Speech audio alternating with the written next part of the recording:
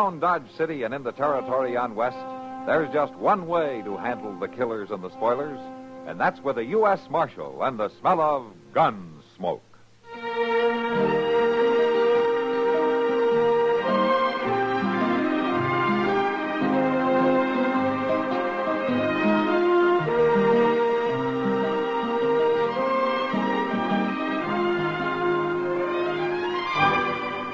Gunsmoke, starring William Conrad, the story of the violence that moved west with young America, and the story of a man who moved with it.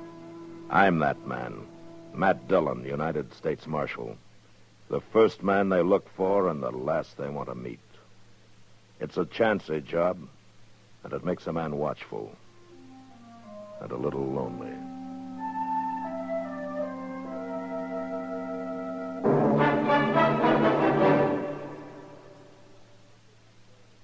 This is Frank Knight speaking for the world's most honored watch, Longines. When the West was being won, Longines was there. Old records show sales of Longines watches in the silver mining towns of Colorado and Nevada, the gold mining areas of California. A fine gold watch, preferably a Longines, was one of the first luxuries purchased by a lucky prospector, for then as now the name Longines identified the world's most honored watch. Longines watches won their first World's Fair Grand Prize in 1878, won grand prizes in Paris, Brussels, Philadelphia, and at many other places. Right now, Longines watches are winning comparable successes in the accuracy competitions in European national observatories. Today, you needn't make a gold strike to own a Longines. Many beautiful models for ladies and gentlemen are priced as low as $75. Visit your authorized Longines Whitney jeweler. He will be honored to serve you.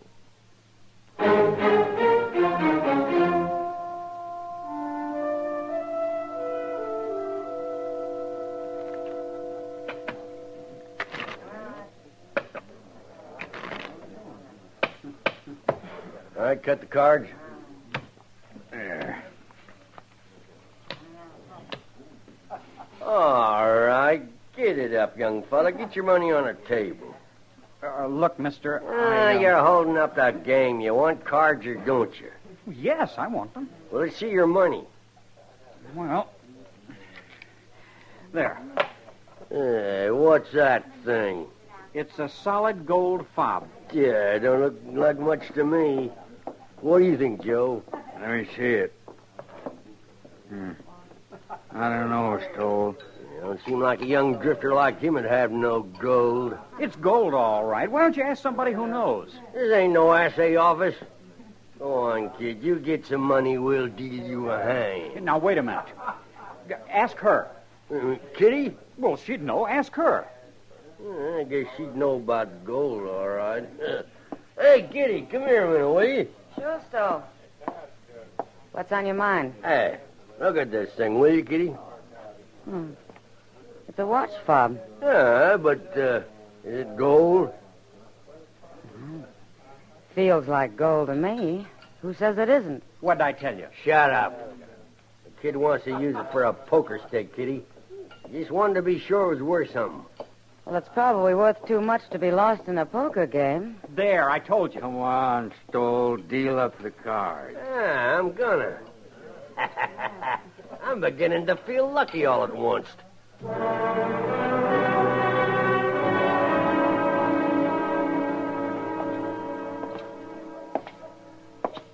Mr. Dillon? What? Mr. Dillon? Yeah, Chester. I declare I sure am glad I found you, Mr. Dillon. Oh, what's the trouble? Well, sir, I just think you better get on back to the office right away. You sound mighty excited. Somebody start an Indian uprising or something? Well, no, sir, it ain't nothing like that. A prisoner escape? No, it ain't that neither. Well, you are going to tell me what it is. Yes, sir. Hey, it's that lady. What lady? Well, that lady sitting there waiting for you in the office. Well, who is she, Chester? She wouldn't tell me, Mr. Dillon. She wouldn't tell me nothing. She's just sitting there fanning herself straight as a ramrod, claiming she wants to see the marshal and where's he at and why ain't he tend to his office. And All right, Chester. I'll see to it. How are we going to handle her? I'll handle it, Chester. Well, yes, sir, I know, but how? Well, the first thing is you're going to go for the mail. For the... Again? That's right. I already got it, Mr. Dillon. I brung it early this morning. Don't you remember that? Well, you never know, Chester. They might have forgot to give you some of it. Go on. They ain't been but 2 circles just... Go on, Chester. No. Yes, sir. I'll be back directly.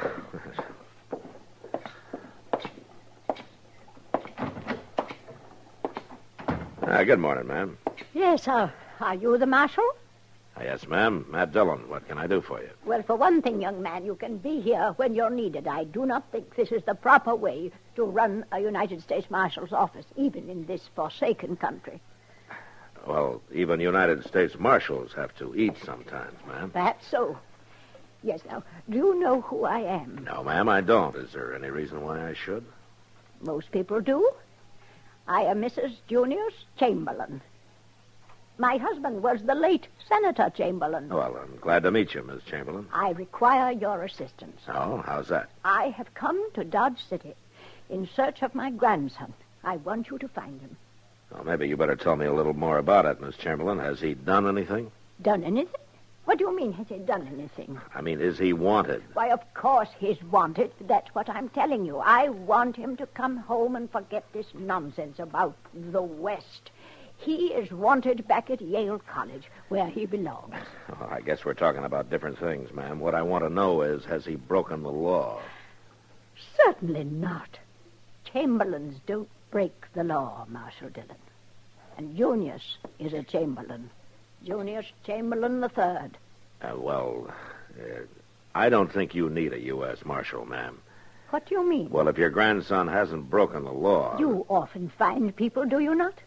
Yes, ma'am, I do. You have men and horses at your disposal. You have the authority to organize a search party. Oh, I have the authority, all well, right. I want you to use it. I want you to organize a search at once. Miss Chamberlain... I want you to find my grandson. I see no need to say more. Well, there's a need for me to say more. I can't organize the kind of a search that you're talking about. Why? Why not? You are the marshal, are you not? I'm the marshal, all right, ma'am, and you may find it hard to believe, but my job has a lot more to it than riding off after a boy wanted by Yale College. Why, how dare you? Now, the marshal's office can't close down to look for ever stray, Miss Chamberlain. I have great influence in Washington. Well, it's too bad, ma'am, that you don't have more influence with your grandson. You refuse to help me, then? I'll keep an eye out for him, and I'll let you know if I hear anything about him, but that's about the best I can do. I believe I have a right to expect more, Marshal Dillon. I'm sorry, Miss Chamberlain. I wouldn't worry too much. He'll probably turn up in Dodge one of these days, and I'll see if I can't send him home to you. That won't be necessary, Marshal. I intend to stay here until I find him. And I'll take him home myself.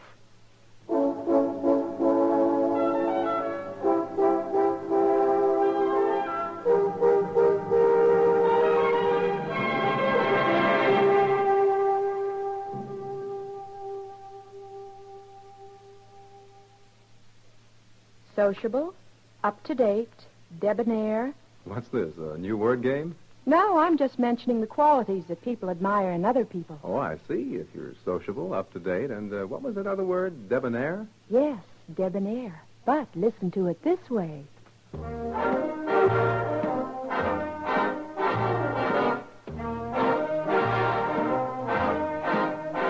Be sociable, look smart, keep up to date with Pepsi. Drink light, refreshing Pepsi.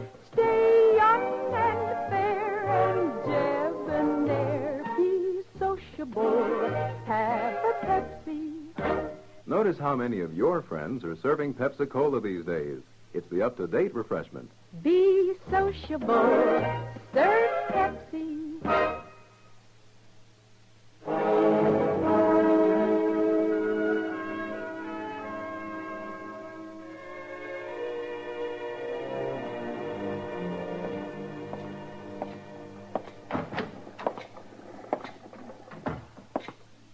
Hello, Matt. Hi, Kitty. Sit down. We ordered a steak for you. Oh, thanks. You better not think it's none that gets here, Mr. John. They sure have been offering some terrible stringy steak around this place. Oh, I don't think you'll be too particular about the food, Chester. Just so he gets a chance to eat in peace. From what I hear, he's lucky to sneak in here without being caught by that woman who's causing him so much trouble. You two think it's all pretty funny, don't you? Well, no, Matt, there's two ways of looking at it. Uh-huh. You take Mrs. Chamberlain now. I've never met her, but I hear she's a strong, good woman doing what she thinks is right. All over town. Well, you'll have to admit, Matt, picture of an old lady going around like a Pinkerton man's pretty funny. Yeah. Well, I'll feel more like laughing after she moves on out of Dodge. I'll bet you will. Some of the men down at the Long Branch say she's not being too complimentary to you. Kind of talks as though she's doing your job for you, looking for that boy. Yeah, well... Mr. Dillon, there's one thing about this all that I just don't understand. But you are laughing, though, aren't you, Chester? Well, yes, sir, I was laughing all right, but... But what? Well, it's just that I never heard of this place that feller escaped from. What place? What are you talking about? Why, that Yale, the place that lady says he broke loose from.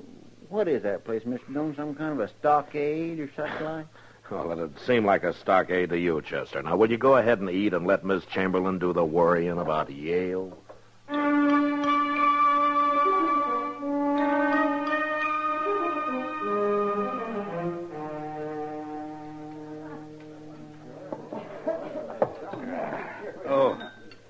It ain't so.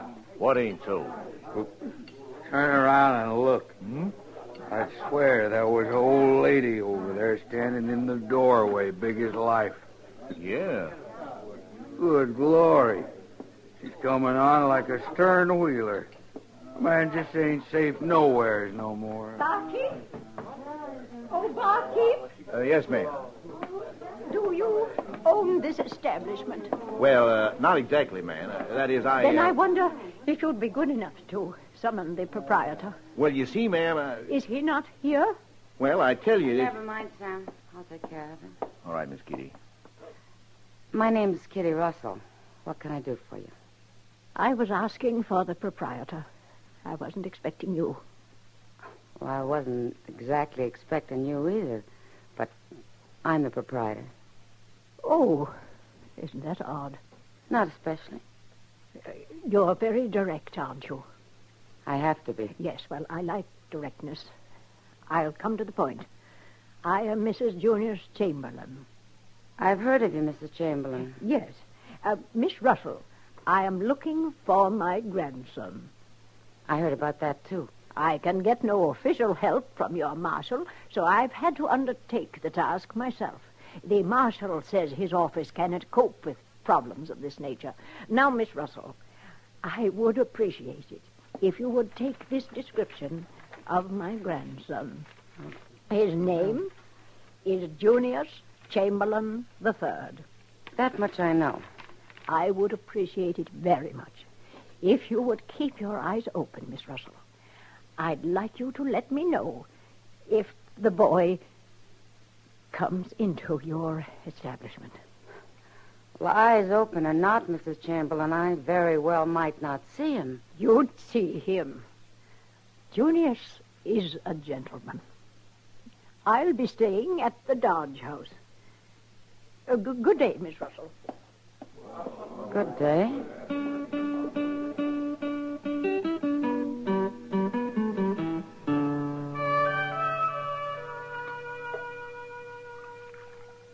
You want some more coffee, Kitty? Yeah, thanks.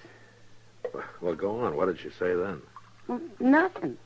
She just swept out, proud as you please, as though she'd been in the governor's mansion instead of a saloon. I tell you, Matt, she had me kind of flabbergasted. Yeah, well, you've got a lot of company. Matt, I'm not sure, of course, but I think I did see her grandson. Oh? When was this? About a week ago.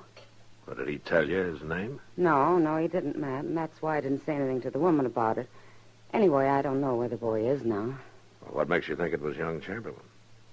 You remember me telling you about Loustow calling me over to a poker game to tell him whether a watch fob was pure gold or not? Yeah. You told him you thought it was. Well, since I saw Mrs. Chamberlain, I haven't been able to get that watch fob out of my mind. Well, why is that? It had a design on it, Matt. A family crest or something like that. And Mrs. Chamberlain was wearing a pin with the same design on it. I could swear to it. Well, I'm glad you didn't. Huh? Why? Miss Chamberlain would probably have had the cavalry out looking for the boy by now. Oh, Matt, the boy means a great deal to his grandmother. I don't think you should joke about it. I'm not joking, Kitty. I don't see anything funny about the whole thing.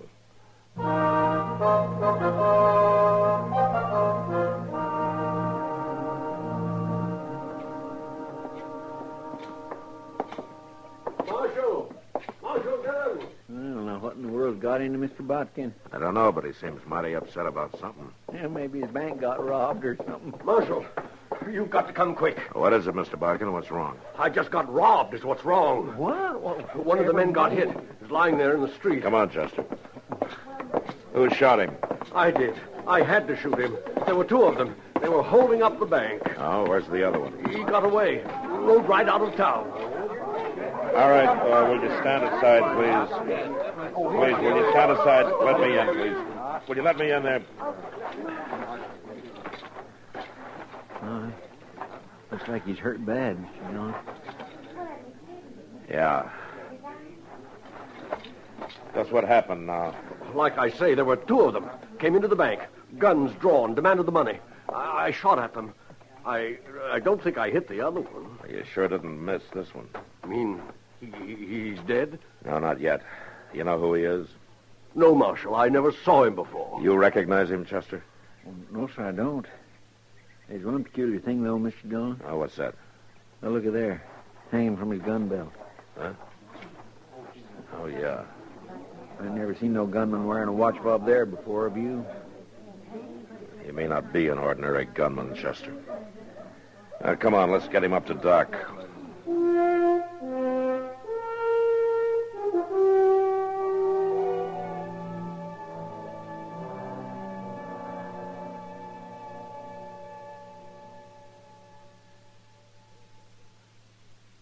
There have been some mighty interesting developments in recent chapters of CBS Radio's Ma Perkins, but this is not news to her fans.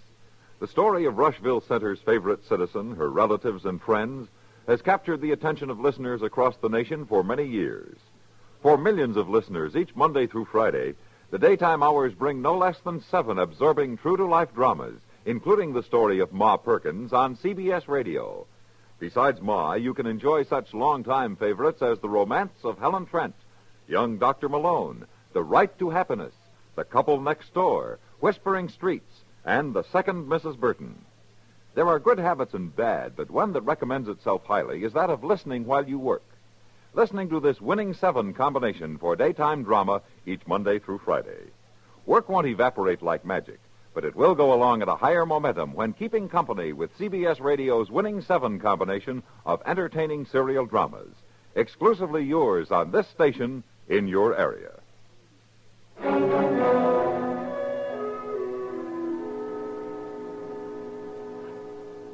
Does Doc reckon he'll make it, Mr. Dillon? No, he doesn't think so. Are you going to try talking to him? I guess I'd better. Well, maybe we ought to wait till Doc gets back. Well, we probably should, but I don't know how long he's going to be conscious.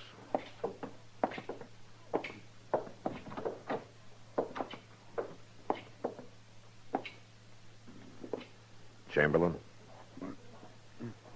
Chamberlain, can you hear me? What? I'm Marshal Dillon. I'd like to ask you a couple of questions. What did you call me? Chamberlain. Isn't that your name?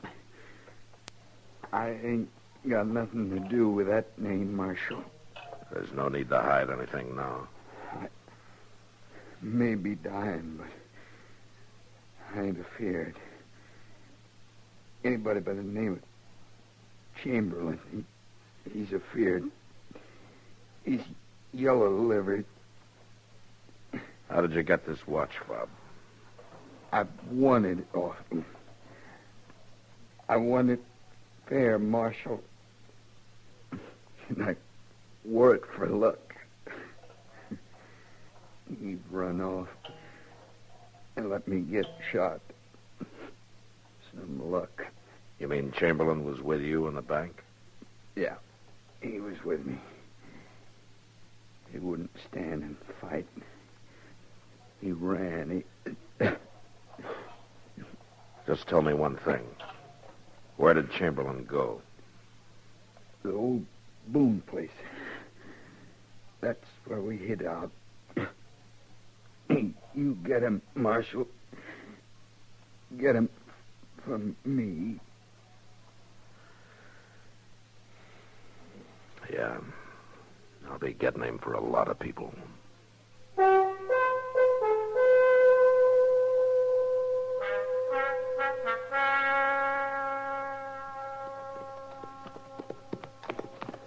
Mr. Dillon, Yeah, Chester.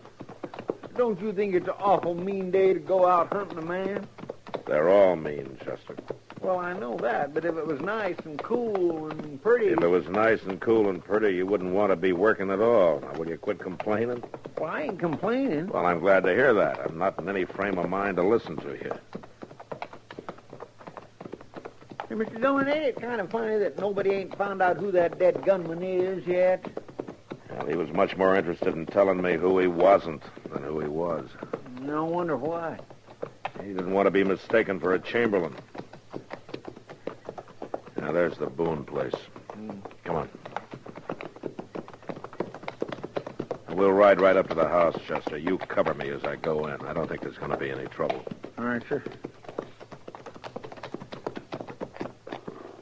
All right, you stay with the horses.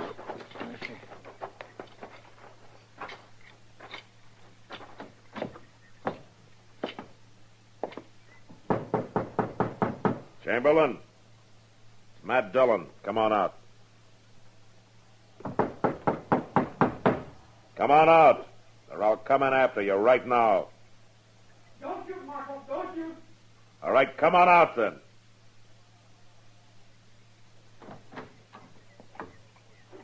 All the way out.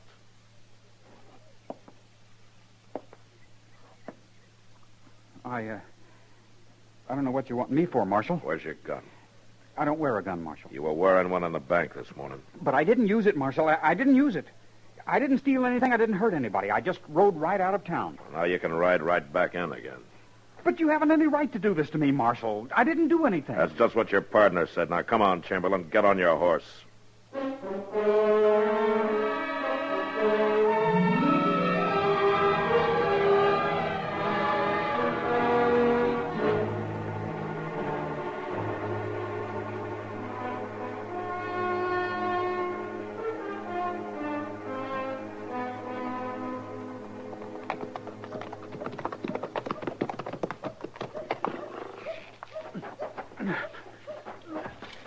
I'll take him in, Chester. All right, sir. Will I put up the horses now? No, not yet. I want you to go over to the Dodge house for me and get Miss Chamberlain. My grandmother? Here in Dodge? You want me to bring her over to the jail? That's what I said, Chester. Right to the jail. All right. Come on, Chamberlain.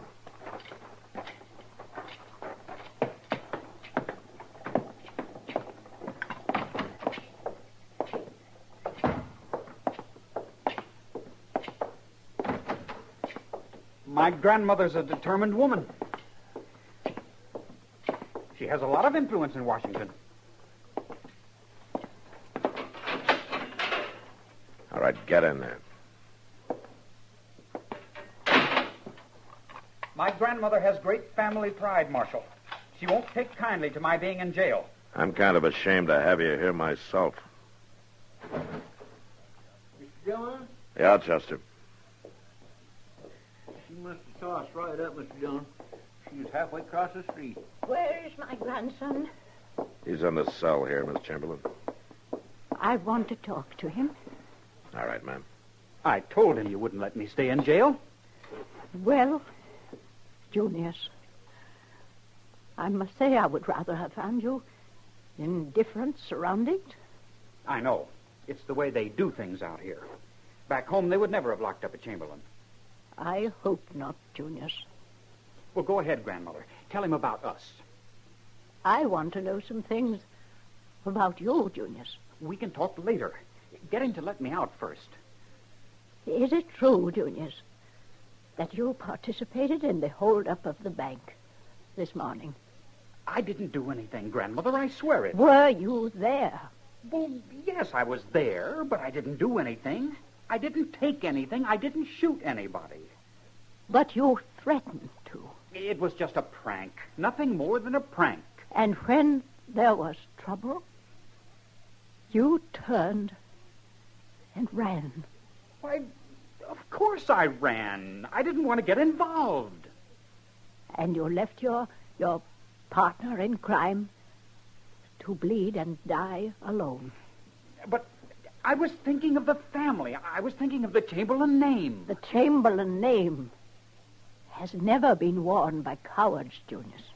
But, Grandmother... Right or wrong, we don't run. Marshal Dillon?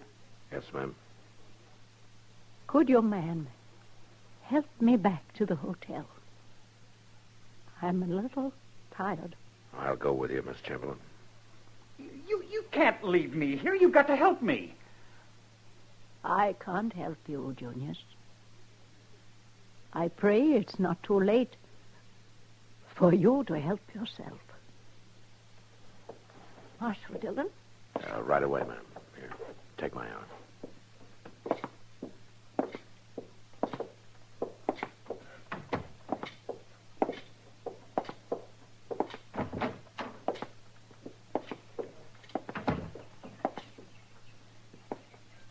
Marshal, will they be severe with him?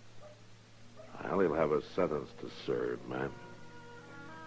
But as he said, he didn't really hurt anybody. Except you.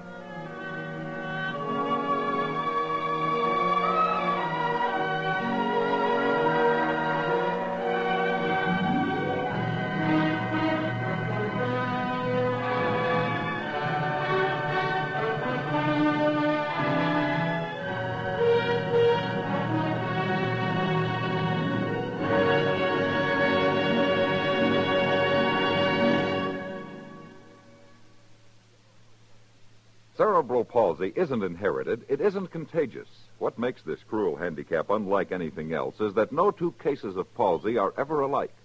For the most part, a tiny injury to the brain causes it, and as we know, the brain is unbelievably complex.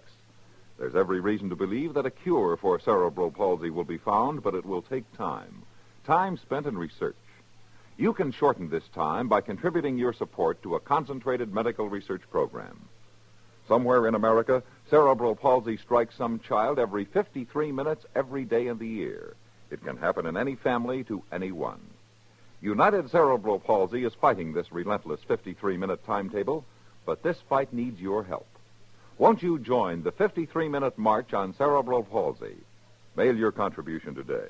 Address it to Palsy, care of your local postmaster. That's Palsy, care of your local postmaster.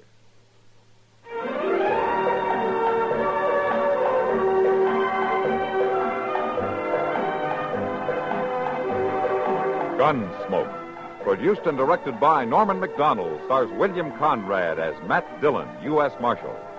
The story was specially written for Gunsmoke by Marion Clark, with editorial supervision by John Meston. Featured in the cast were Jeanette Nolan, Sam Edwards, Joseph Kearns, Vic Perrin, and Jess Kirkpatrick. Harley Bear is Chester, and Georgia Ellis is Kitty. This is George Walsh inviting you to join us again next week for another story on Gunsmoke.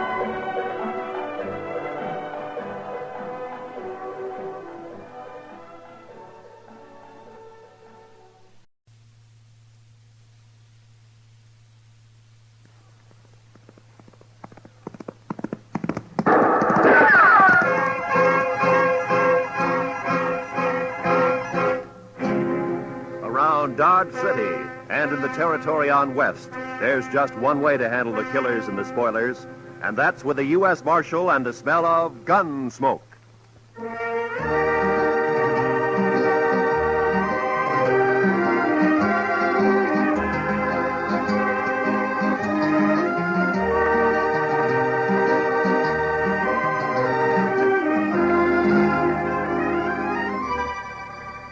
Gunsmoke, starring William Conrad.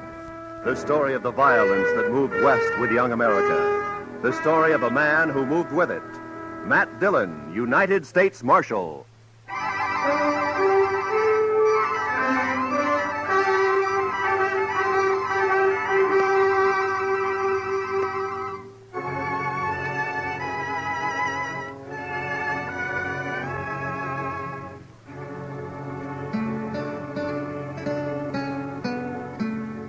Chester and I had left Dodge about 9 that morning. It was a good day, clear with a snap in the air. The horses felt it too, and they wanted to move fast. Not in the lope that we were holding them to. Chester took a couple of deep breaths and liked what he smelled. It surely is a fine day, Mr. Dillon. A fine day. I had some government papers to take over to Bill Holton at the post office in Pierceville, a place about 40 miles west of Dodge. Chester and I figured we'd stop overnight and ride back the next day. We followed the trail along the Arkansas and stayed with it as it left the river at Cimarron and cut across the prairie. Looks like a big wagon train up ahead there at the crossing, Mr. Dillon. Yeah, sure looks like it, Chester.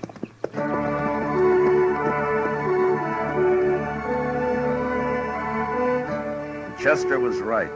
The dust cloud we'd seen became 30 and more wagons taking the Cimarron crossing. It was a shortcut of the Santa Fe Trail leading on southwest toward Raton Pass. We passed them, and our trail swung back to the Arkansas again. We rested, watered the horses a couple of times, and by afternoon we could see the warehouse, the store, and the post office, and a few of the other buildings of the town. It wasn't a big place, Pierceville. Maybe 50 people regular living there. Funny. Oh? I don't know. It looks peculiar. Yeah? I just don't rightly know, sir. Just funny. It's peculiar. You mean nobody around? Yes, sir, that's what I was thinking. And that's what I thought.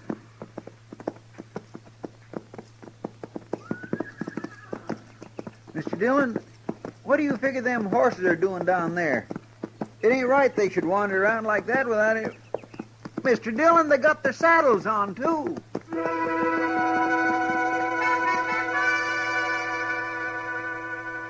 The horses were down the street, and as they heard us, their heads jerked up and they wheeled about and trotted off away and around out of sight. And we stopped. We listened. There was nothing to hear. An empty place, nothing to see. But there was a feeling in the town. You couldn't figure what. We walked the horses over to Bill Holton's post office.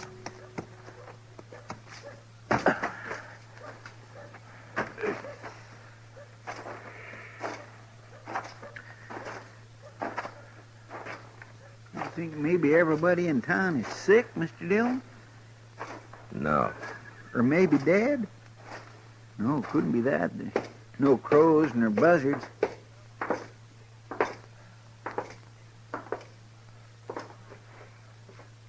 Bill. Hey, Bill. Mr. Dillon, look yonder. The safe's open. What? What? He wouldn't leave the place like this. Come on, Chester.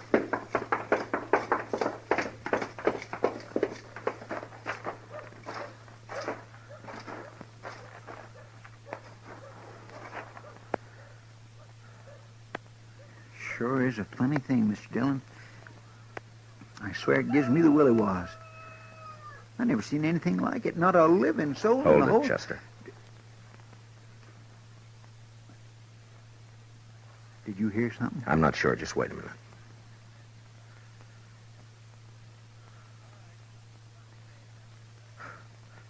Thought I heard a kid crying. I didn't. Hey! Is there anybody around? Maybe we ought to try the store, Mr. Dillon, huh?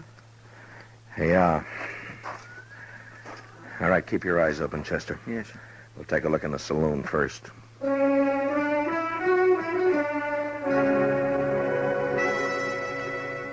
The saloon was about 200 feet back up toward the end of town.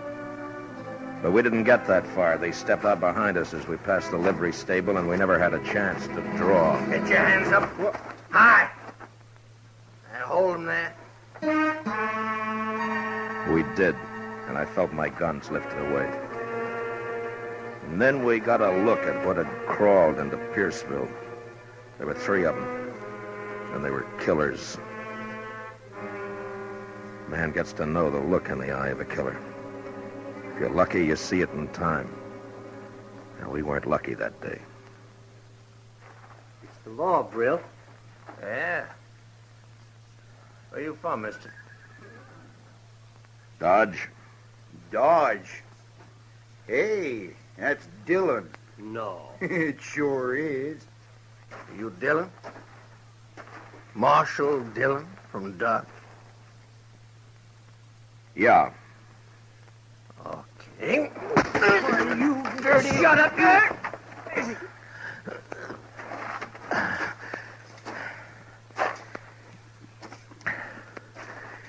You want to try that again? We will. Don't fret yourself about that, Dillon. Keep moving. Take him to warehouse, Brill? Yeah. Be a sight better to get rid of him, if you ask me. I don't think so. Not right now. We might be able to help. I've always wanted a U.S. Marshal to help me. Listen, Will. You take away his gun, you watch him. He'll be on his belly begging to help.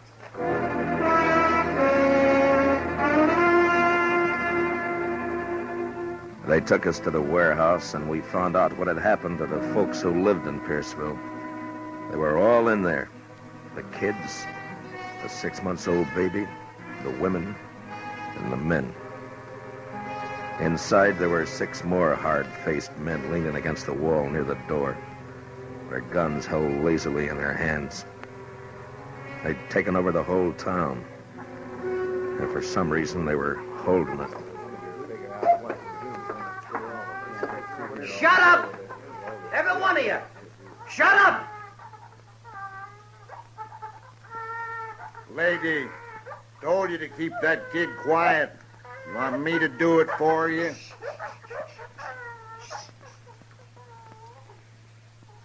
Mr. Dillon, Be you quiet, know what Chester. Yes, sir. Now, asking you again. Which one of you shot my kid brother? You hear what I'm saying? Which one? All right. Maybe you know this fellow just walked in here with his pal. He's a U.S. Marshal out of Dodge. His name is Dillon. I'm going to make him accountable for what you make up to do. When a man does a killing, he's accountable. Ain't that so, Marshal? That's so? Okay. One of these folks killed my kid brother. And unless he talks up, there's going to be a lot of killing around here. You get that? Now, you talk to him, Dillon. You explain the law. I'm a fair man. I'm going to give you a couple of minutes. Don't nobody try nothing, because we'll be right outside. Don't try nothing.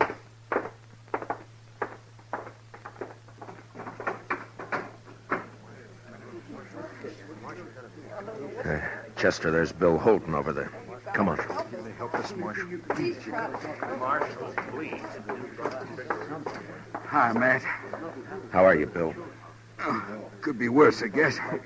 Mr. Holton, your face. What'd they do to you? Oh, I was the first one they worked on. Will you tell us what's happened, Bill?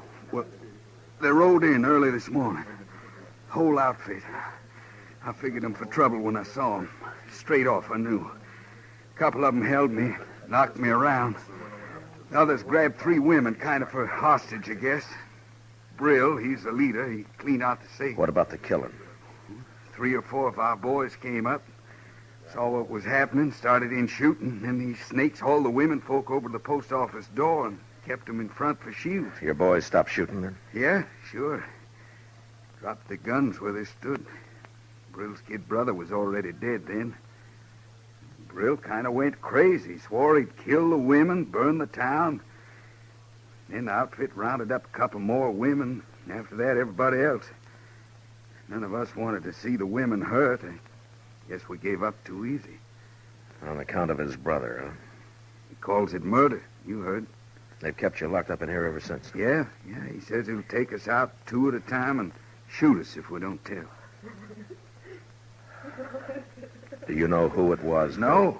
Like I say, 3 or 4 fellas were shooting. Even they don't know which one of them it was. Listen, Marshal, I'm Dave Maxon. I got a place outside of town. Listen, we got to do something quick. Yeah, sure. Take it easy, will you? My wife, that's her over there. She's got the baby. We come in this morning to get something at the store. You got to do something. All right, Mr. Maxim. Now just take it easy, will you? Look, there's 30 of us. The men, we could rush them. Some of us would get killed. Now listen to me. We got to get to the Marshal. I'm thinking all of us will get killed. And that's not the way. We got to do something. Yeah, I know.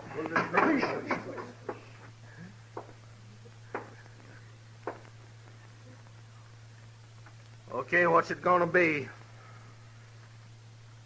Dillon, step over here.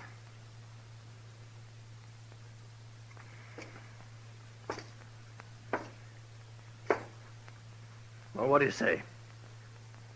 I don't know.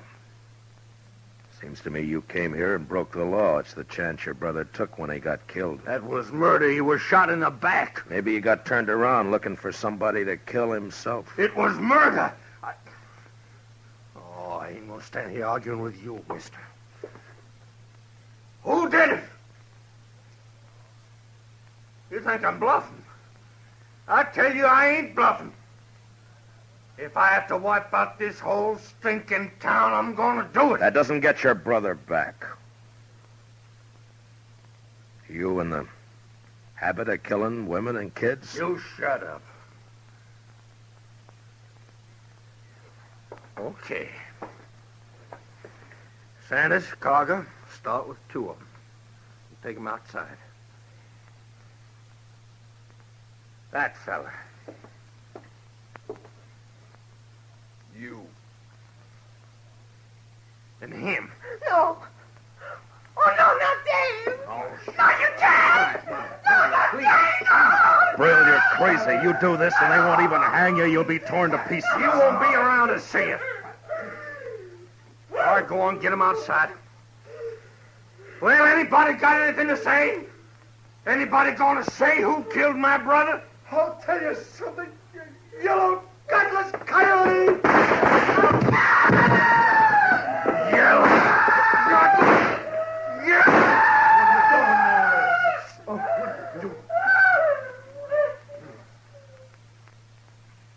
Anybody else? Okay. He don't count. We still need 2. You. Get away with him. Go on. They both of them outside. They took the 2 men out, and we stood there. Some of us looking at the body of Maxim with his wife sobbing over him. Others staring at the closed door. It had happened so quickly there wasn't time to think, to figure anything.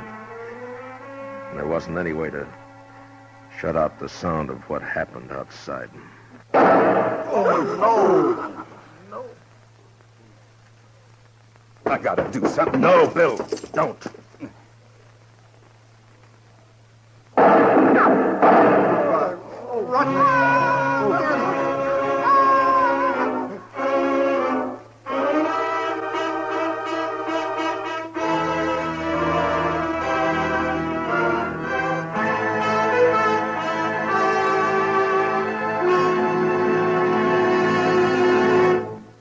We will return for the second act of Gunsmoke in just a moment. But first, a skid can be tragic if the road is wet or icy.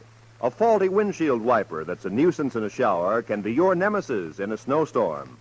The sum and substance of our message being, take extra care when you're driving under winter conditions. Make sure your car is prepared for winter, and then drive it with twice your usual caution. Now, for the second act of Gunsmoke.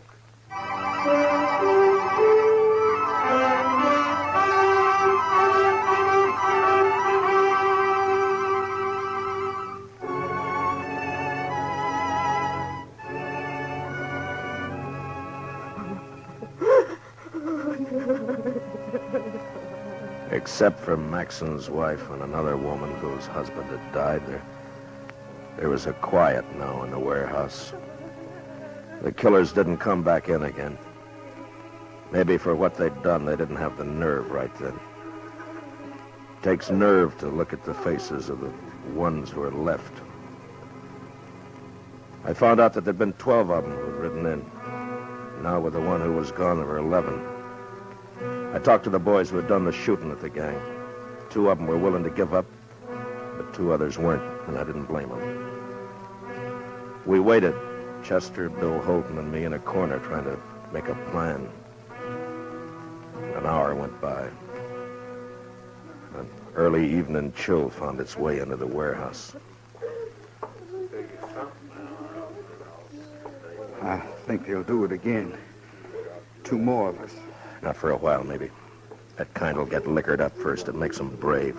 I still think that maybe now's a chance to get outside, Mr. Dillon. Yeah, it might be.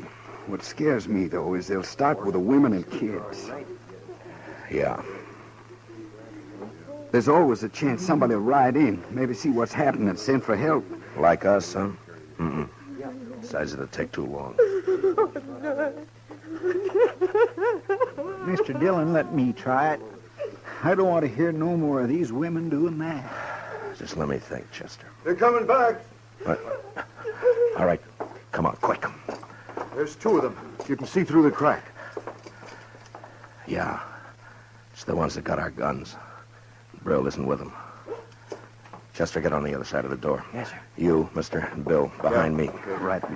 Now, when they come in, grab them in time. Now, look. I want everybody to keep real quiet. Do you understand? Yeah. All right, now wait until they're inside. You think the others might be around the back? I don't know. We'll take the chance. Now, whoever gets hold of them, don't let them yell.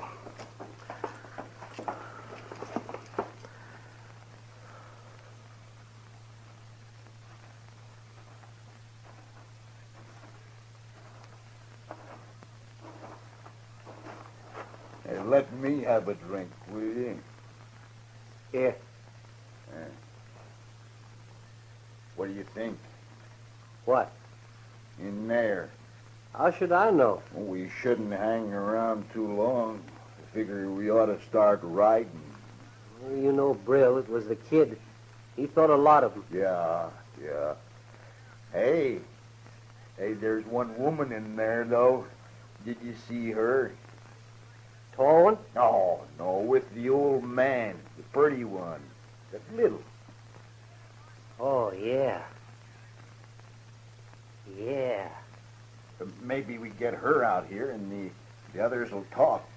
Might be. I ain't saying it will make them talk, but a lot of men in there are soft about women.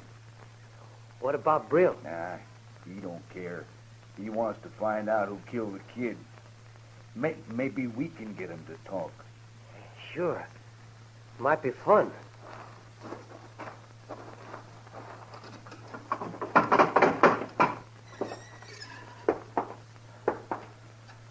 Hey, miss. No, you. Over there. Come on. We won't hurt you. We want to talk to you outside. Come on. He said come here. She don't want it. Cover me, will you? I'll go get her.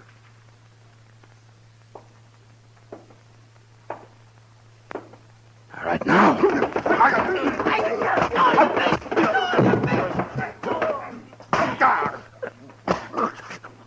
No.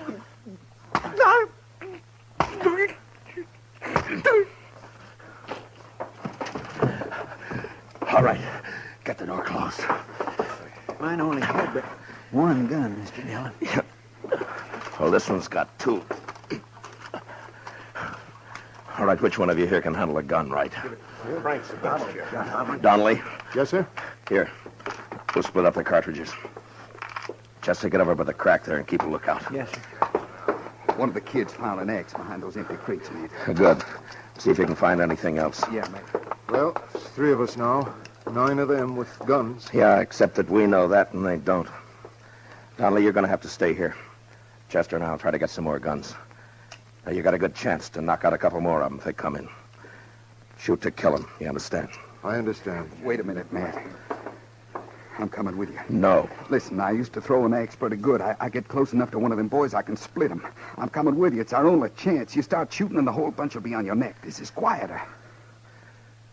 Okay, let's go. You see anybody, Chester? No, sir. He must be up the slough. All right, then open the door. Now, if we hear any shots back here, Donnelly, we'll come running. Take it easy now.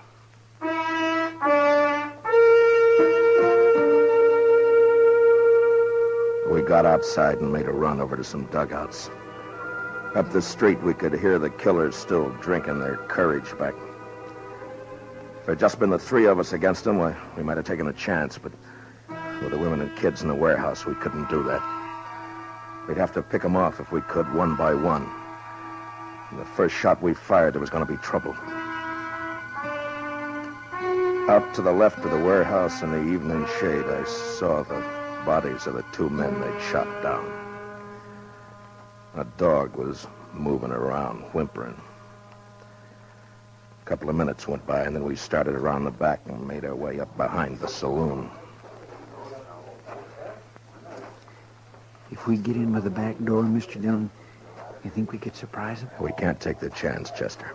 Not with only 2 guns. They get us, and you know what'll happen. Yes, sir. One of them's coming out. Look. Yeah? It's the fella shot Dave Maxon. He's heading this way. You think he's... Oh. Bill? Yeah? Think you can get him from here? A little closer, maybe. Not from here.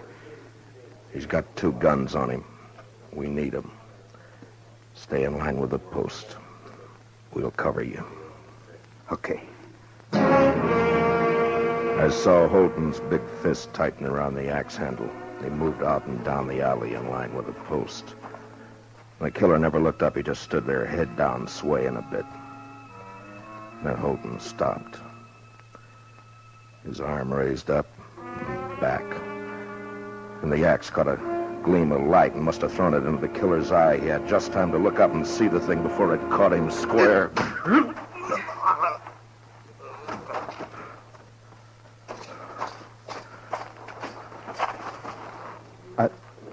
I haven't done that for a long time. I only throw at trees and boards. I never did it to a man before. I never killed a man like that.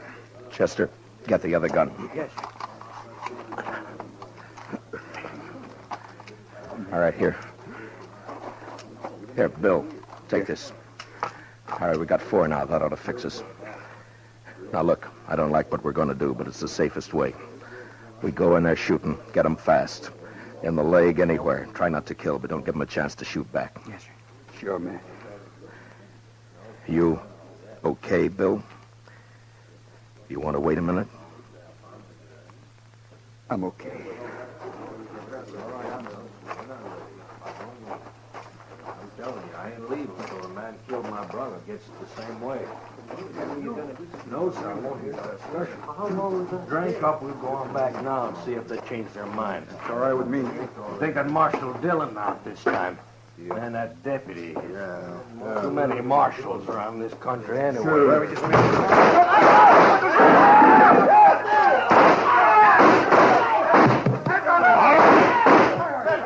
All right, that's enough. That's enough.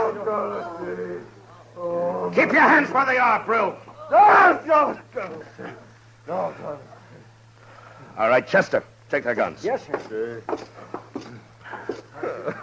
I'm arresting you for murder, Brill. The rest of them with you. Killed my brother. Got him in the back. My brother, they murdered him. You know something? If I wasn't a marshal, I'd do the same thing to you right now. It's too bad I can't. I hope it hurts when they hang you, Brill.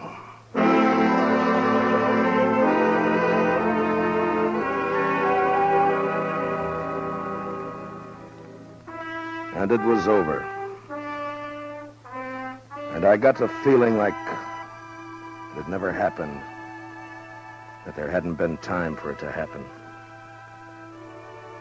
But the dead men's women knew that it wasn't a dream. The next day, a half a dozen of the fellows, Chester and myself, took the outlaws back to Dodge. Most of them had been hit back in the saloon. One died in Cimarron before we could get him to the dock. But not Brill. He was alive when he went to Hayes City with the rest of the boys. I was there when they tried him. And I was there when they hanged him.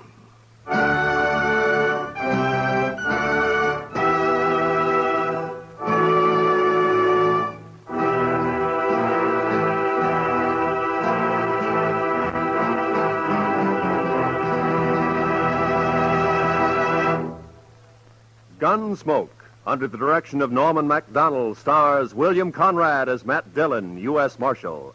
Tonight's story was specially written for Gunsmoke by Anthony Ellis, with music composed and conducted by Rex Corey. Featured in the cast were Lawrence Dobkin, Vic Perrin, Bob Sweeney, John Daner, Lou Krugman, Michael Ann Barrett, and Ted Bliss. Parley Bear is Chester. Gunsmoke is heard by our troops overseas through the facilities of the Armed Forces Radio Service. Join us again next week as Matt Dillon, U.S. Marshal, fights to bring law and order out of the wild violence of the West in Gunsmoke.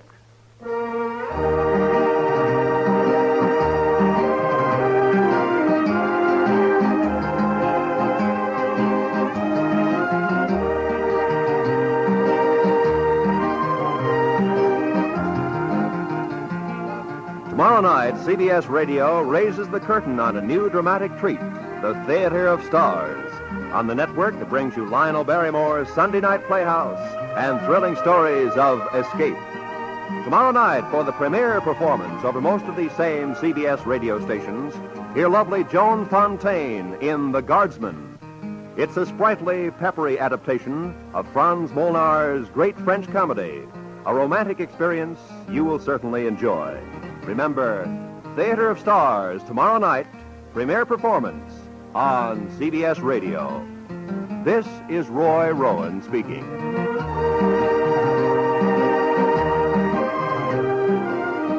America now listens to 105 million radio sets and listens most to the CBS Radio Network.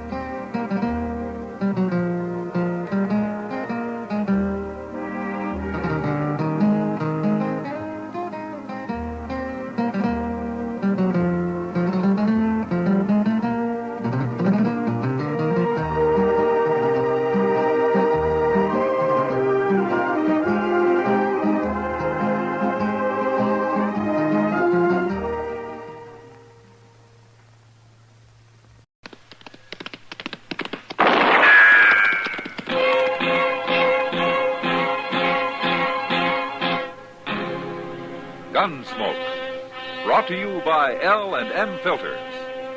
This is it. L&M is best. Stands out from all the rest. Around Dodge City and in the territory on West, there's just one way to handle the killers and the spoilers, and that's with a U.S. Marshal and the smell of Gunsmoke.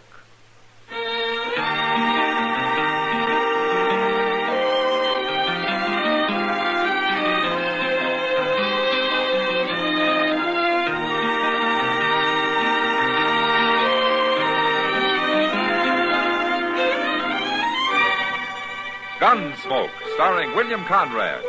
The transcribed story of the violence that moved west with young America. And the story of a man who moved with it. I'm that man, Matt Dillon, United States Marshal. The first man they look for and the last they want to meet. It's a chancy job, and it makes a man watchful. And a little lonely.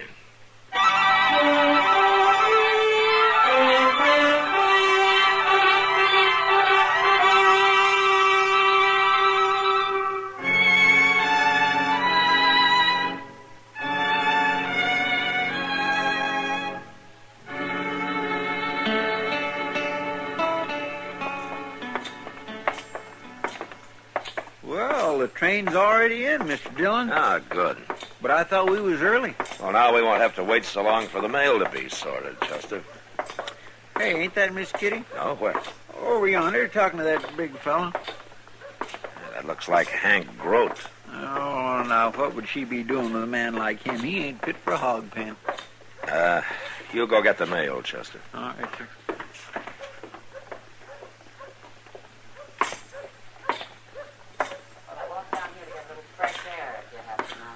I'll walk back with you. You will not. Why not? You'll kill the air around you, Brill.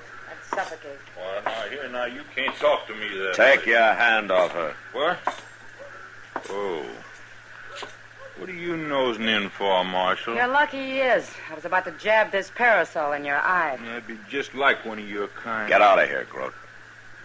Go on, before I kill you. You mean it, don't you? You would kill me. It's a good thing you're wearing a gun, Marshal. And you better go on wearing it, too. I'm sorry I got you into this, Matt. Ah, you didn't get me into it, Kitty. Besides, I don't think there's a man in Dodge that wouldn't appreciate a chance to put a hole in Hank Grote. Well, the sooner the better. Hey, who's the girl with Chester? What? I don't know. I never saw her before. Pretty little thing, isn't she? Yeah, she sure is. Well, hello, Miss Kitty. Hello, Chester. This here's Ann Cabot. How do you do, Ann? How do you do, Kitty? And this is the man you're looking for. This is Marshal Dillon. Hello, Marshal. Ah, it's a pleasure, Miss Cabot. Anne, please. All right. Chester says you were looking for me. I think so. As the U.S. Marshal in Dodge, you seem the logical person to help me. Well, I'll be glad to help you if I can. I've come from Connecticut, Marshal. Oh? I'm looking for Jack Schomer. Jack Schomer. You know him? Well, I... Wait a minute, Chester. Yeah, we know him, man. He's here. Well, no, not at the moment. He had to ride up north somewhere. Oh. But he'll be back. Oh, yeah, I think so. Look, I'll tell you what, Ann. I'll try to get word to him that you're here. I think I can do that. Oh, thank you, Marshal, but... Well, he's not expecting me. Maybe I just better wait. It might upset him otherwise. Well, sure. Why don't you do that? You got a place to stay? No, I haven't. Well, there's an extra room over where I live. Is there? Well, I work at the Long Branch, and it's a saloon on Front Street. Oh. But the rooms aren't too close. Quiet there. Nobody will bother you. Thank you, Kitty. Well, come on, then. We'll find somebody to carry your things over. I think Matt and Chester are going to be busy. Yeah, we are. Goodbye, Miss Cabot. Goodbye, Ann. Goodbye. I'll talk to you later, Matt. Okay. It's not very far. You can walk from one end of this town to the other in about 5 minutes. Oh, my goodness, Mr. Dillon. Jack Schomer. Let's go find him, Chester. That poor girl. We'll take Doc with us. Maybe he can do something.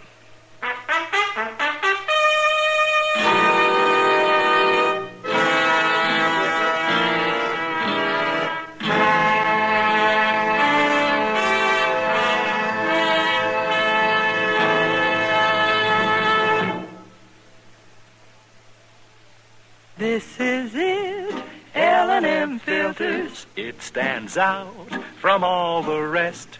Miracle tip, much more flavor. L&M's got everything. It's the best. L&M is best. Stands out from all the rest. L&M's got everything. Everything? Everything. Best flavor? L&M stands out for flavor. The Miracle Tip draws easy. Lets you enjoy all the taste. Best filter? L&M stands out for effective filtration. No filter compares with L&M's pure white Miracle Tip for quality or effectiveness. Best tobaccos? Highest quality tobaccos. Low nicotine tobaccos. L&M tobaccos. Light and mild. Every way, L&M is best. Stands out from all the rest. How easy they draw. How mild they are. L&M is sweeping the country. It's America's best filter tip cigarette.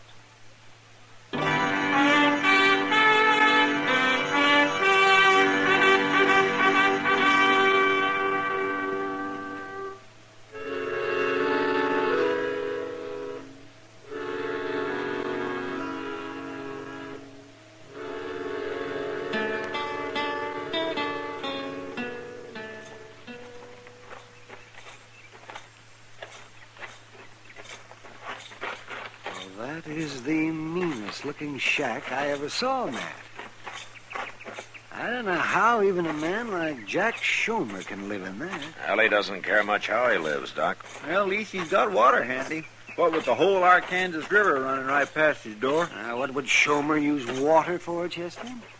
Oh, to wash, maybe. Wash him? Yeah, the door's open.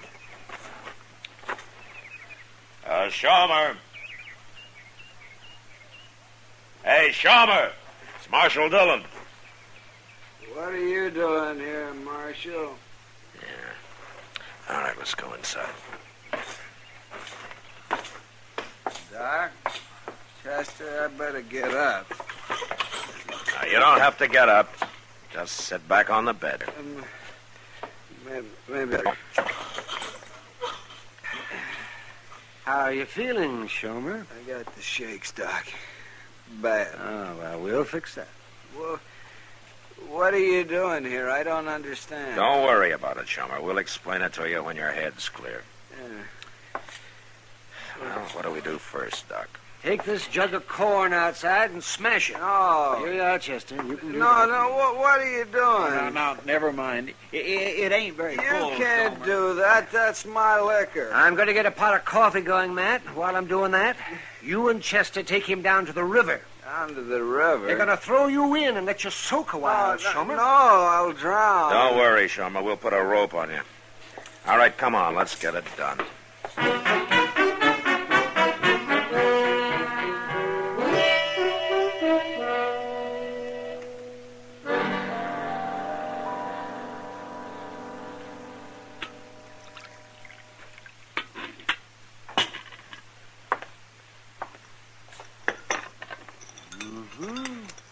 Have some more coffee, Schomer.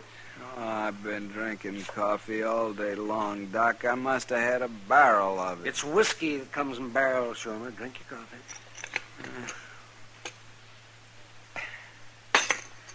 I'm floating. Schomer, you're pretty sober now. So what are you going to do? I can't face her, Marshal. I'd give anything to see her, but I can't do it. I'm no good for her the way I am now. What happened to you, Schomer? What went wrong? The land. The land went wrong, or I went wrong on it. I don't know. Anyway, it beat me, Doc. I was going to start a homestead and then send for Ann, but I couldn't make it. I had to give up. I even quit writing to her about a year ago. You're not the first man this country broke. It's more than that, Marshal. Most men who quit find something else to do, but with me, it's like I lost everything. I couldn't face people anymore. Then that night I got into a fight at the Long Branch. You heard about that. Yeah, I heard. I ran away. Couldn't stand up to it. I guess I'm a coward. Everybody says I am. Every man's been a coward at one time or another, Schumer.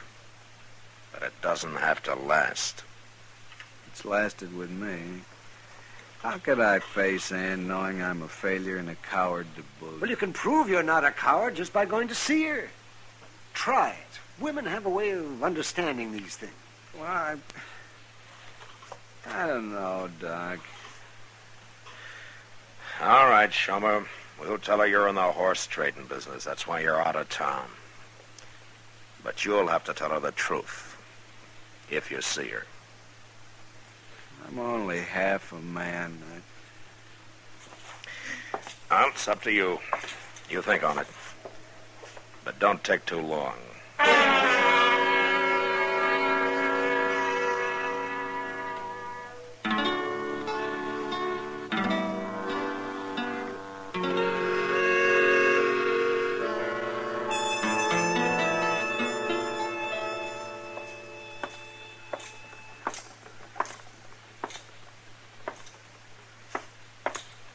Hey, Kitty. Hey, Kitty. Hello, Matt. Ann and I have been looking the town over, such as it is. Oh, well, what do you think of Dodge, Ann? Well, at least it's not as wild as I expected. I keep telling her the real troublemakers don't even get up till sundown. Don't let her scare you, Ann. Now, don't worry about Ann. She doesn't scare easy. Marshal, you haven't heard anything about Jack, when he'll be back? Well, Jack Schomer's a busy man, Ann. He's up north somewhere, like I said. He trades horses, you know. No, I didn't. He'll probably be back in a day or so. I can wait. I'm used to waiting. It won't be long, Ann. No. Oh, Kitty, look. Are those the kind of bonnets you were telling me about in the window over there? Ah, those are the ones. If Mr. Jonas doesn't have them marked up too high. Well, there's some price tags on them. Excuse me. Where's Schomer, Mike? We sobered him up. He's doing some thinking now. Sitting in that shack of his? Yeah. Kitty, they're all $1.50. Is that too high? No, that's fair. We'll go in and try one on you in a minute. Oh, good. I wish Schomer'd hurry up, Matt. I hate playing this kind of game with a girl like that. Yeah, I know. Hey, I ain't seen you in Dodge before.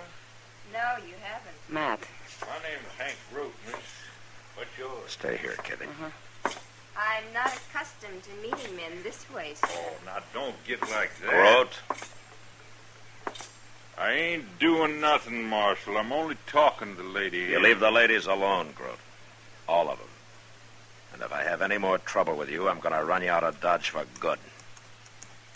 Now get moving. You want 'em all for yourself, huh? Well, it ain't going to be that way. You'll see.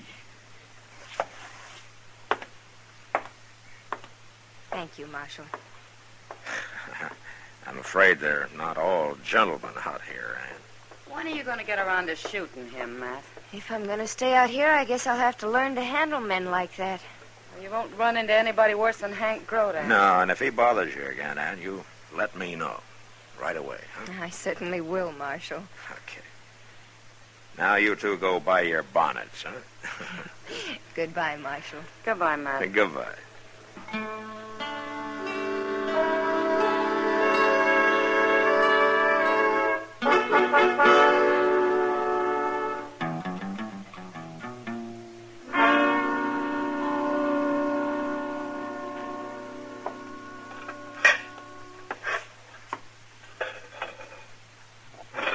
Cracked lids, wobbly doggone legs, rusty chimbly otherwise. It's working something wonderful. You know something, Mr. Dillon?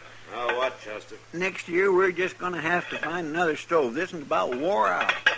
We can't afford a new one, Chester. Well, what about one of them hay burners? They're cheap. It takes 2 men and a boy to keep a hay-burning stove going, you know. I know, but well, Miss Kitty. Hello, Chester. Matt. What's the matter, Kitty? I can't find Anne. What? We had dinner at Delmonico's tonight, and then I had to go to work. Anne was going back to her room to do some sewing and things, but she isn't there. I don't know where she is. Well, how do you know? Have you been there? I broke a heel off my shoe, and I went over to get a different pair. I stopped by her room, and she's not there. That isn't like her, Matt. Well, you go back to work, Kitty. We'll look for her. Come on, Chester. You better find her. Yeah, we'll find her. Let me know, Matt, will you? Sure, of course I will, Kitty. Where are we going to look, Mr. Dillon? We'll go to the house first, Chester. That's where she was headed. Kitty's awful upset, ain't she? Yeah. Kitty takes a liking to somebody. She's kind of a tiger about him. Yes, sir, that sure is true. I hope nothing's happened to Anne. Maybe she only went for a walk or something. Yeah, maybe. But a woman shouldn't go for a walk at night alone, should she? No. She might get lost or something. Yeah. Ought to stay indoors at night, unless she's with somebody. That's right, Chester. It's too dangerous in a place like Dodge. You don't never know what might happen, do you? No. Hold up a minute, Chester. I don't see nothing. On the ground over there, just out of that patch of moonlight. Oh, my goodness.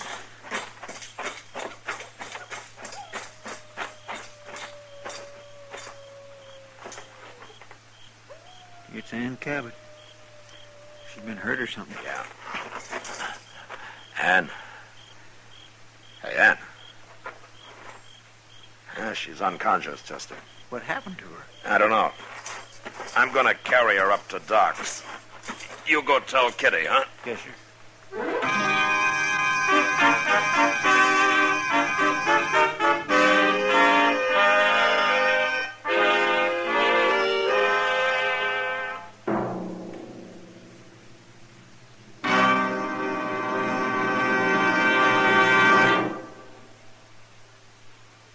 I've got L&M. I've got L&M. I've got L&M. And L&M's got everything. Best filter. No filter compares with L&M's pure, white miracle tip for quality or effectiveness. Best flavor. The Miracle Tip draws easy. Lets you enjoy all the taste. Best tobaccos. Highest quality tobaccos. Low nicotine tobaccos. L&M tobaccos. Light and mild. Today, buy L&M. It's sweeping the country because it's America's best filter tip cigarette. Yes, today, why don't you get L&M? Because L&M's got everything. This is it. L&M filters. L&M's got everything. It's the best.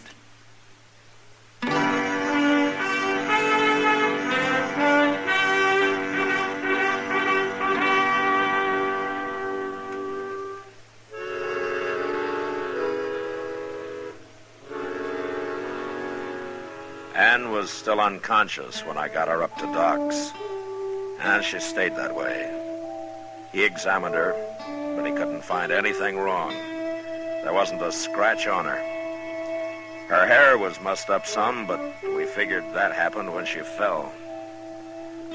Kitty and Doc spent the night watching her and waiting. But at noon the next day, Ann was still unconscious. And there didn't seem to be a thing anybody could do about it.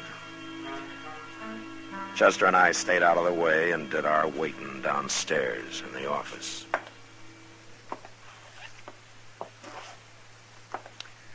I've heard tell of people going to sleep and staying that way practically forever, Mr. Dillon. You think that's what she's got? Whoever heard of sleeping sickness around here, Chester? Well, maybe she caught it back east and brought it with her.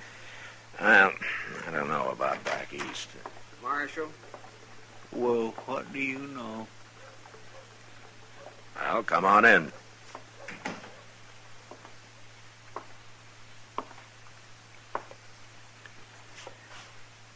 It's no use, Marshal. What? I came to tell you I can't do it. Oh? I'm going to go away. Maybe you can tell her I got killed or something. No, I haven't been drinking. Not a drop since you and Doc and Chester came down there. Shomer, there's something. Matt, I wanted to tell you that... Yeah, what is it, Doc?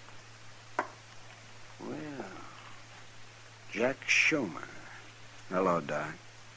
It's a good thing you're here, Shomer. What? He doesn't know about her yet, Doc. Oh, no, what? We found Ann lying unconscious on the street last night, and she's been that way ever since. She came to a few minutes ago, Matt. Oh? She say anything? Yes. It seems Hank Grote stopped her and tried to talk to her. She slapped him, made him so mad he hit her. What? He must have done it with the flat of his hand. But it gave her a concussion. He's a mighty powerful man. Hank Grote hit Ann? I'll go get him, Doc. Well, wait a minute, and I'll go with you, Mr. Dillon. I just want to lock the door out back here. All right. I saw Grote going into the Texas Trail next door. Oh, good. I'm going back to Ann. She's in bad shape. Yeah, Doctor. Mr. Dillon, can you give me a hand out here? Yeah, I'm coming, Chester. Because the door is warped, Mr. Dillon. You'll have to shove onto it so that I can get it locked. Okay.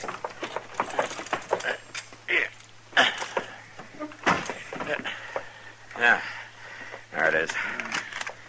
I got it. You know, we're going to have to build a new door one of these days.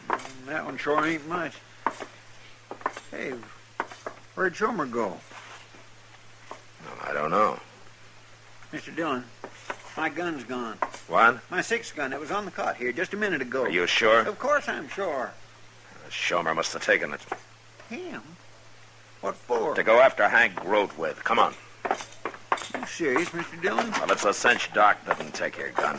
Oh, no, of course not. But the idea of Shomer going after Hank Grote... He saw him go into the Texas Trail here. And this is the last place I'd look for Shomer. Well, maybe.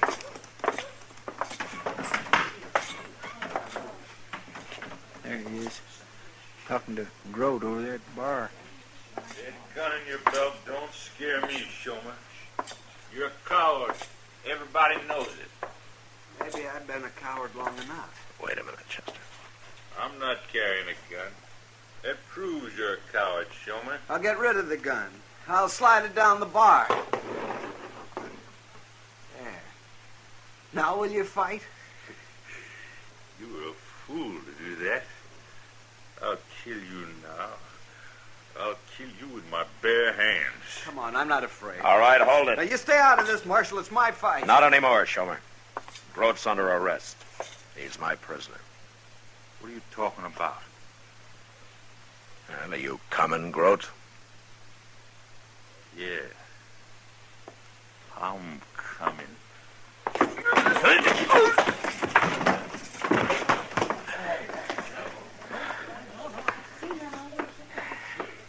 My goodness, Mr. Dillon, you ruin your 6 gun using it that way. Here, take it, Chester.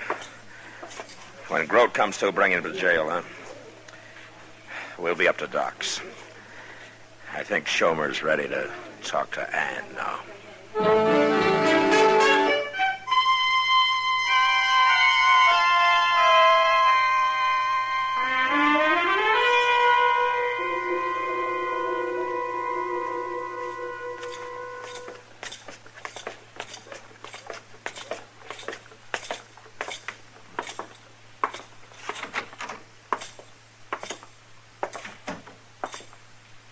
You wait here, Shomer.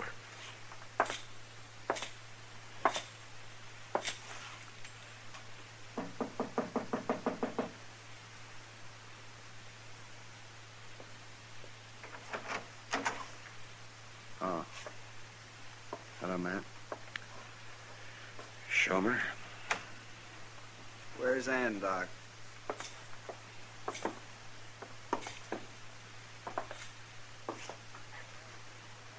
She's in the back room there. I've got to see her. Wait a minute. What? You're too late. Too late? Ann died a couple of minutes ago.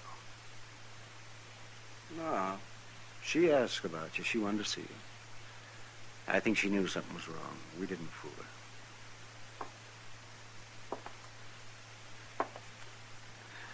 I should have come here first. Instead of going after Grote. Maybe. Might have helped. I didn't prove anything, did I? What do you mean? I wanted Grote to kill me, Marshal, don't you understand? That way I'd never have to tell Ann the truth about me. It was her I couldn't face.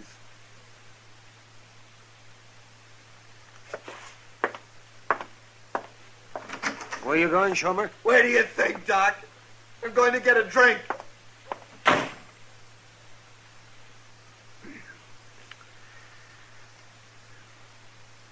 Well, Matt? We tried, Doc. It just wasn't there.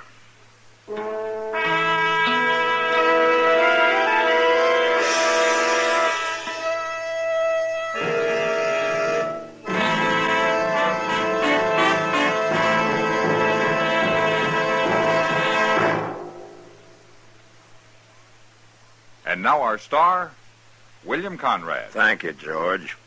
Mild and plenty quick on the draw. That's L&M for you.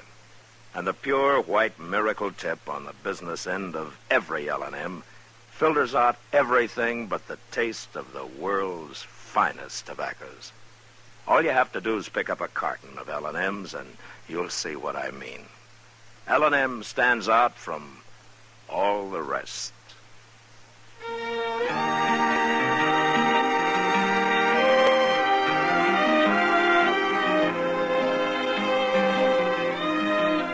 Gunsmoke, produced and directed by Norman MacDonald, stars William Conrad as Matt Dillon, U.S. Marshal. Our story was specially written for Gunsmoke by John Meston, with music composed and conducted by Rex Corey. Sound patterns by Tom Hanley and Ray Kemper. Featured in the cast were Eleanor Tannen, Harry Bartell, and Barney Phillips. Harley Bear as Chester, Howard McNear as Doc, and Georgia Ellis as Kitty. Our thanks to TV Radio Mirror and to you, our listening audience, for selecting Gunsmoke, the favorite mystery adventure program of the year. The results of this audience annual poll appears in the current issue of TV Radio Mirror.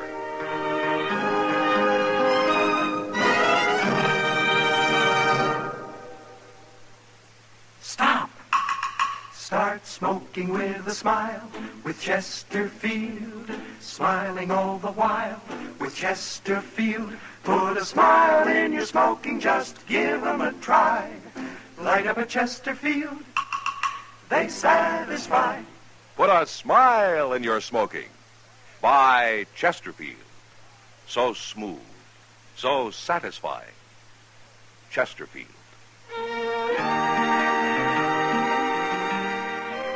This is Alan Edwards speaking, and I hope you'll be with us when L&M Filters brings you a new form of dramatic TV journalism, Mr. Citizen. I'm the host, but you are the star. It's your program because it's the true story of you or your neighbor at a time of crisis, emergency, or inspiration.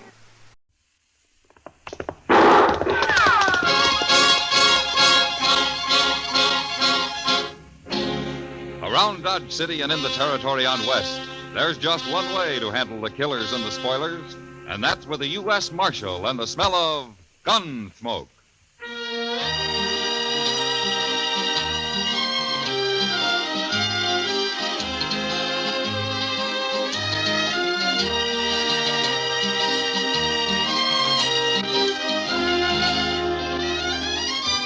Gunsmoke, starring William Conrad. The story of the violence that moved west with young America. The story of a man who moved with it. Matt Dillon, United States Marshal.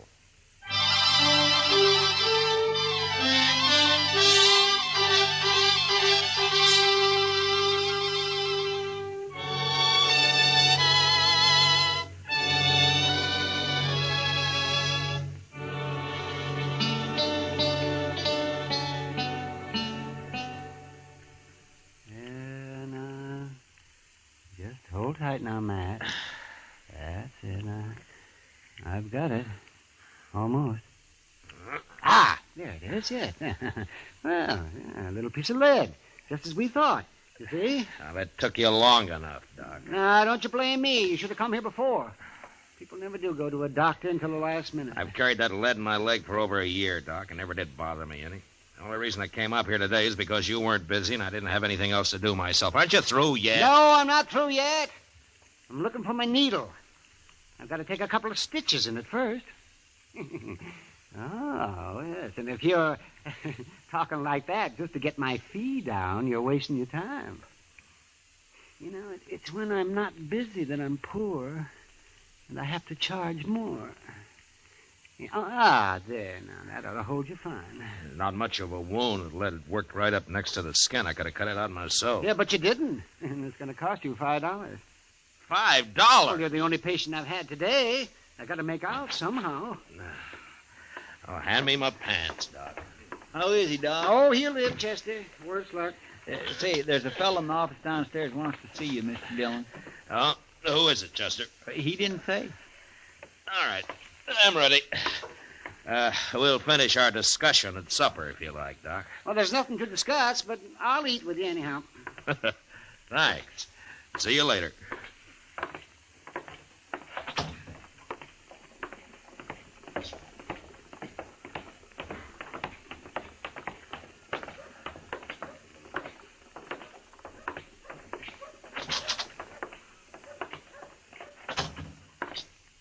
Are you Marshal Dillon?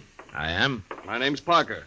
I'm a special deputy representing the New Mexico Stock Raisers New Association. Mexico? Of course. Haven't you heard of the association?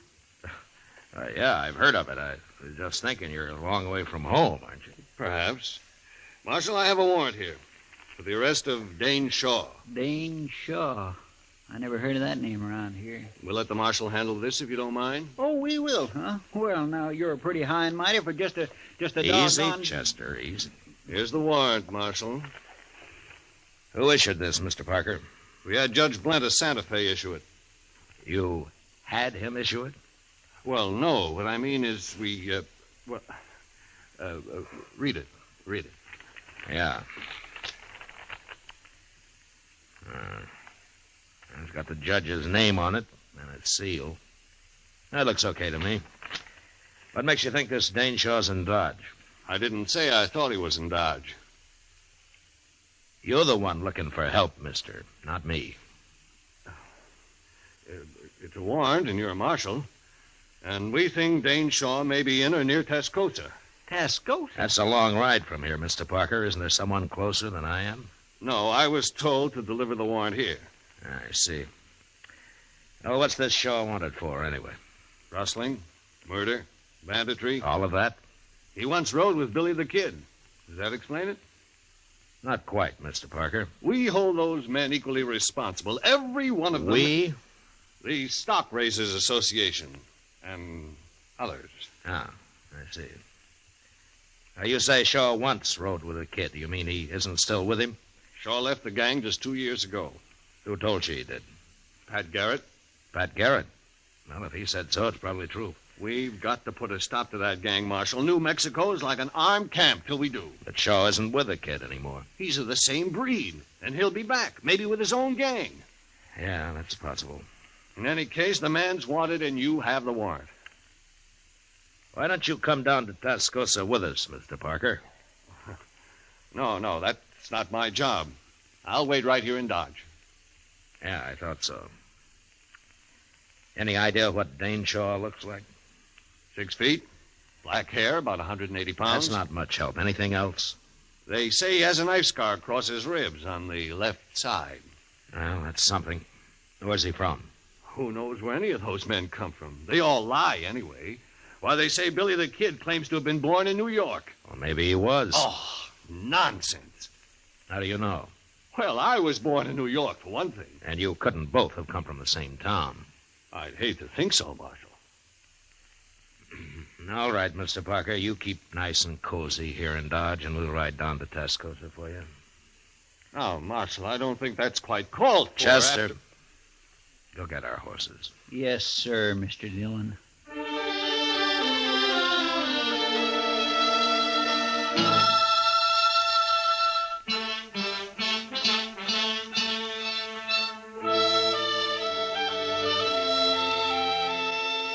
Tascosa lay on the Canadian River, a couple of hard days' ride south. Until recently, it had been a Comanchero trading point. Now it was mostly a center for cattle thieves looking for a place to spend their money. I hadn't been there for several years, and when we rode in, I was surprised to see how much the town had grown. Now, at least they got some trees down here, Mr. Dillon. Yeah, and a couple of new buildings under them, Chester. It looks like there's another one being started. It's going to be a big one, too. Doesn't look like a house, though. I wonder what it is. Now, we can ask in the saloon over there. The Red Deer. That's a pretty fancy name. Maybe we can find out if there are any respectable citizens in this town. There don't seem to be anybody here at all, sir, respectable or otherwise. How about that? Oh. I sure could use a drink, Mr. Dillon. Well, I figure we've earned one.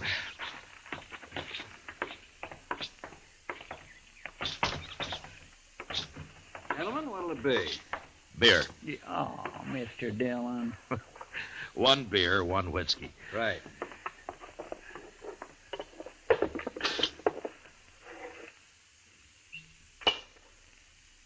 There now.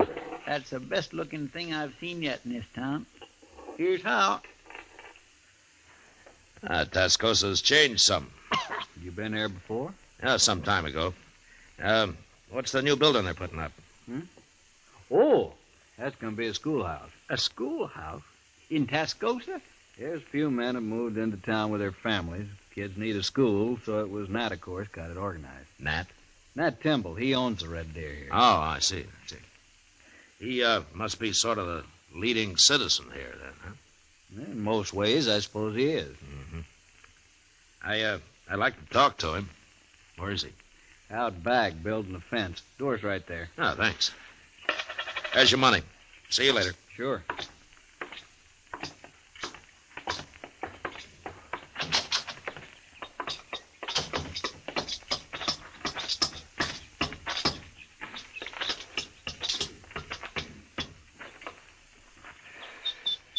Hello. Mr. Temple? Nat Temple. I'm Matt Dillon, and this is Chester Proudfoot. I'm glad to know you. Barkeep told us that we'd find you out here. That's Mike Postle. He's a good boy. I gathered from him that you were the right fellow to come to, Mr. Temple. What can I do for you? Well, I'm looking for a man. You are? Why? I'm U.S. Marshal, Dodge City. We don't get the law down here often, Marshal. No. Man I'm looking for is Dane Shaw. Do you know him? Nobody by that name around here? Oh, I expect he's changed his name. And how are you going to tell him from anybody else? He's 6 foot tall, black hair, weighs 180 pounds. Could be most anybody that built. He's got a scar across his ribs. It isn't often you see a man without a shirt, Marshal. What you want it for? He used to ride with Billy the Kid. He quit, but they think he might be planning to return to New Mexico with a different bunch, one of his own, maybe. Then it'd be better to stop him now, if that's true. Oh, I agree. That's why I'm here. Well, wish I could help you, Marshal. What are you going to do? I don't know. Stay around for a day or so, I guess. Maybe I'll hear something. Fine. You know, it'd be too bad since that fella quit the Kid if he went back to the same old outlaw life. Sure. But he probably will. Men don't often change. Some do if they get the chance. Take Mike Postle in there, the barkeep. Oh? What about him? Mike used to carry a gun for Harry Gunter. Gunter calls himself a rancher down here, but he spreads a mighty big loop. You mean he's really a cattle rustler? Everybody knows it, but nobody's proved it yet, and one reason was because of Mike. He sort of kept everybody off Gunter. How? Mike Postle's pretty fast with a gun. I see. How come he's tending bar for you, Temple? Well, I'll tell you. He have decided himself to stop working for Gunter, and one night he was telling me about it, and I helped him decide the rest of the way. Ah. And then you gave him a job, huh? That's right, Marshal. He'll make out fine if Gunter lets him alone. Well, that was decent of you, Temple. I hope it works. But being a lawman, I suppose you don't think it will. Well, a lawman isn't all bone, Mr. Temple. Lawman could arrest Mike Postle right now for what he's done. You can't arrest everybody. But anyway, if I were handling it, I'd go after the head man, Gunter. They don't seem to think you're way over in New Mexico. Well, I hear Pat Garrett's after Billy right now, and he'll get him with any luck at all. Pat's a good manhunter. Maybe. But they also want this fella Dane Shaw. Yeah, there's a warrant for him signed in Santa Fe. Yeah. If Pat does stop Billy, there's no point in letting Shaw come back with a new gang. If that's what he aims to do. Well, he might have it in mind. Well, Marshal, that's your problem. Right now, come on inside and have a drink on the house. Oh, thanks, Mr. Temple. It'll be a pleasure. And then I'll tell you where you can get something to eat that won't poison you. Say now, I think I'm going to like Tascosa after all. Sure you are.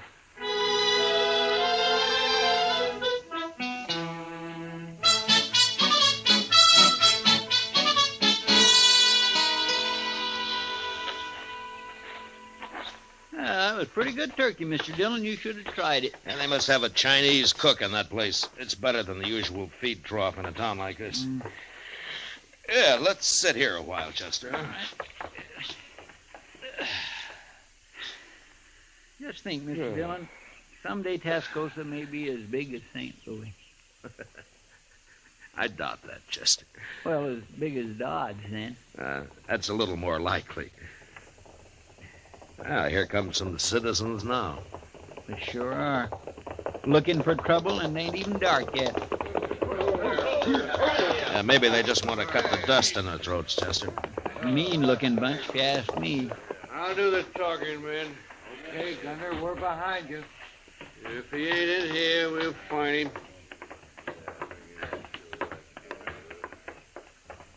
Did he say Gunter?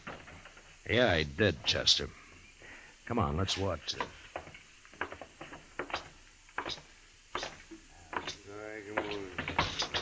I didn't expect... Over here, Chester. Yes, sir. You come here for a drink, gentlemen? No, Postle, we didn't come here for no drink. And state your business, Gunter. You're the first man ever walked out on me, Postle. I don't like it, and I don't aim to tolerate it. That all? There's two reasons you're coming back. I'm not interested in your reasons, Gunter. One is I need your gun. I'm through selling my gun. And the other is you know too much about my business. Your business is your affair, Gunter. You know I don't talk. Maybe. But you're still coming back. That's so? Which one of you's gonna bring me back? You're pretty handy with that six-shooter of yours, Postle. Ain't any one of us fool enough to go against you. That's about what I figured. But you can't shoot the whole bunch of us. I'll sure try hard. And you'll die trying. I'm telling you, Postle, be back in camp a day after tomorrow. We ride in after you. Wait a minute, Gunter. What do you want, Timber? You've caused enough trouble already. I ain't through yet. Gunter, if you come back here, you'll have to face me. No, Temple, no. Shut up, Mike. Now, just remember that, Gunter. I'll be here, too. And you'll both die. Come on, men. Who are those two? I never seen it before. Just a couple of grub line riders, I guess. Let's go up to the bar, Chester. Uh-huh. Now you've seen him, Marshal. That's Harry Gunter. Well, Gunter's not my business, but I wish you luck with him. Mike and me'll face him down.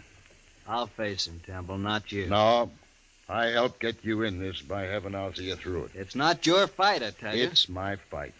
I believe any man who wants to make a change deserves all the backing anyone can give him. I'll see you get it. You'll just be killed for nothing. Besides, you're a married man. And being married has nothing to do with it.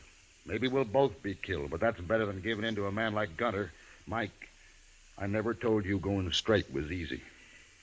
You should have been a preacher, Temple. I'm going to get my supper now. I'll be back in a minute. I'd make a fine preacher, I would. But if business don't pick up some here, maybe I'll have to give it a try.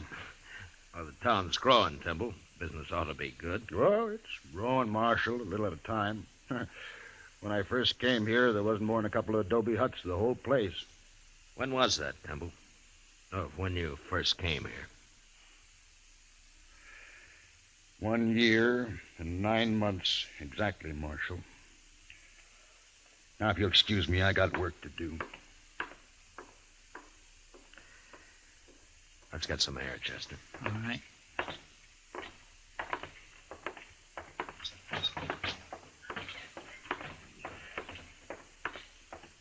He's a mighty nice fellow, that Matt Timble, isn't he? I mean, willing to back up Mike Postle that way. He's a man of his word. And building a new school and all that. Married, too. Funny thing, Mr. Dillon, I can't quite figure out if you like Timble. I like him fine, Chester. Only his name isn't Timble. What? It's Dane Shaw. He's the man we're looking for.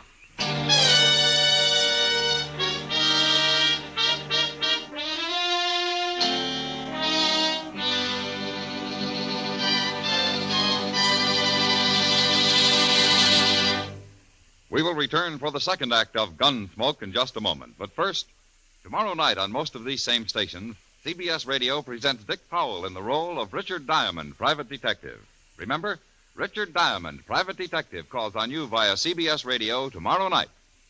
Now the second act of Gunsmoke.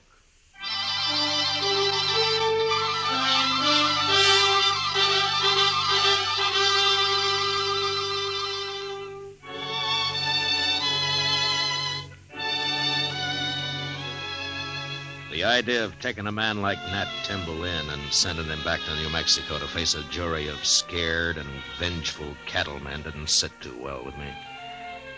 Anyway, I decided I had to wait it out at least until Harry Gunter made his play. 2 days, Gunter had said. And the night before the final day, Timble asked Chester and me to a little dance they were having to celebrate the start of the new schoolhouse. And there we met Ms. Trimble. A fine-looking woman with a strong face and steady blue eyes. If you'd like some punch, gentlemen, my husband's serving it right over there. Yes, I might enjoy sampling a little, ma'am. I'll be right back. Chester. Yes, sir? Huh? Oh, my goodness. Oh, excuse me, ma'am. I'd also enjoy fetching you a cup of that punch. Oh, thank you, Chester, but I'll have some later. Well, sure, ma'am. Anytime. I'll be right back. I'd be foolish not to take advantage of your husband's being busy, Miss Timble. Would you do me the honor? No offense, Marshal, but I'd rather get a breath of air outside. Why, certainly, ma'am. Would you accompany me? Why, of course.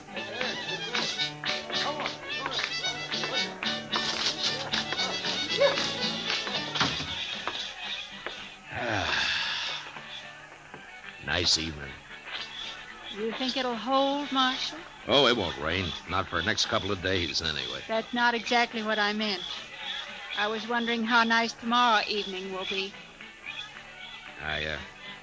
Afraid I don't quite follow, ma'am. After Harry Gunter and his gang ride in. Oh. Well, now, I wouldn't worry about that, Miss Timble. My husband's involved, Marshal. I'm bound to worry. Of course. It's not that I don't want him to back Mike Postle and fight alongside him. He's got to do that. But I don't want him killed. He's the finest man that ever lived, Marshal. Yeah, sure, Miss Timble. He believes that a man's got a right to change, and he's willing to die for that. I know. Tell me, do you think he's right, Marshal Dillon? In spite of what the law might say, do you think he's right? I think he's right, ma'am. I had a feeling you would. But maybe things will work out all right tomorrow. Maybe everything will be fine. I hope so, Marshal. Anyway, I'll bring our son up to know his father for the rare kind of man he is. Oh? I didn't know you had a son. We haven't yet. What? I haven't even told Nat. But we're going to have one, Marshal. Oh, I see. Shall we go in now? And I'll be your partner for the next dance, if you like. What? I'd be proud, Miss Timble. Real proud.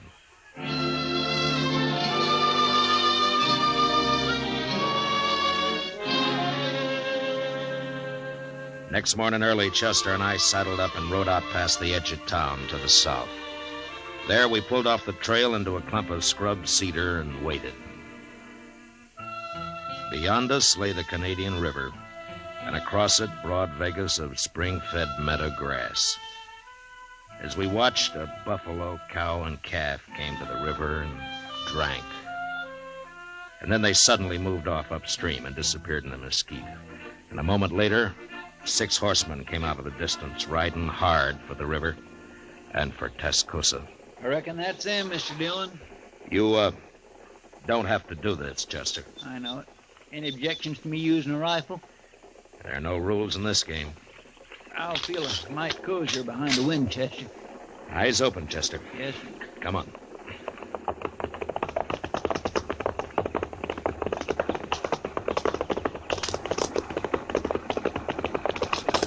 All right, hold it, Gunner. Oh! Who are you? I'm a U.S. Marshal. My name's Matt Dillon. Them's the fellows we thought was bums, Gunner, the other day at the Red Deer. Yeah. Get off the trail, Marshal. You got no business with us. Turn around and ride back where you came from, Gunner. Mike Postel's staying in Tascosa. Postel, eh? So you're in on this, too? I've dealt myself in, Gunner. Now do as I say. And keep away from Tascosa from now on, or I'll get a posse and come after the bunch of you. We don't need any lawmen down here, Marshal. Who's that? It's Timble and Mike, Mr. Dillon. How did they know we were out here? Looks like we won't have to go into Tascosa, Marshal. We can settle this right here. You were missing this morning, Marshal. I kind of figured we'd find you hereabouts. You and Timble both ought to stay out of this. This is my trouble. It's a little late for that now, Postel. Well, the odds are down, Gunner. They sure are. I ain't facing all them. Come on, Gunner. We'll catch Postel later when there ain't such a crowd. There we are. Not me. I'm going. Shut up. Timble, you're responsible for this. I'm proud of it, Gunner. Get him and Postel, men. Get Stop it, Gunner!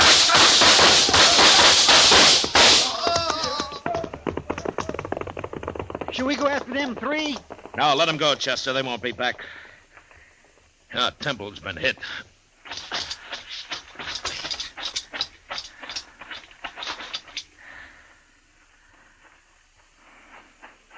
How is he, Marshal? He got hit bad. Chester, go see if Gunter and those other 2 are really dead. Yes, sir. I told him not to come along. He wouldn't listen to me. Here, let me pick him up and get him back to town. No, it's no use. He's done for, Postel. Are you sure? He was dead before he hit the ground. We finished him, sir. All 3 of them. It'd take more than 3 of them to be worth that Timble. I'm sorry, Postel. Done enough for me already. Why do you have to come here? This was my fight, not his. No, Postel, not the way he looked at it. You see, Timble himself went straight a couple of years back. He did? Yeah. I came down here carrying a warrant for his arrest. You ain't gonna be able to take him in now, are you, Marshal? No, I'm not. You know, I'm kind of mixed up about you. Coming down here to arrest him and then meeting Gunter and them out here today. I'm not important, Postel. Just you remember what kind of man Timble was. I ain't likely to forget. I'll swear to that, Marshal.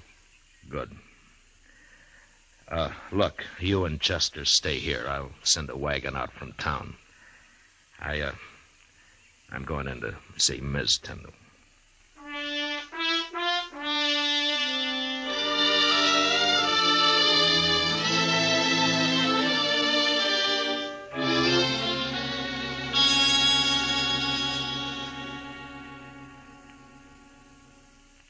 You'll be going back to Dodge now, Marshal.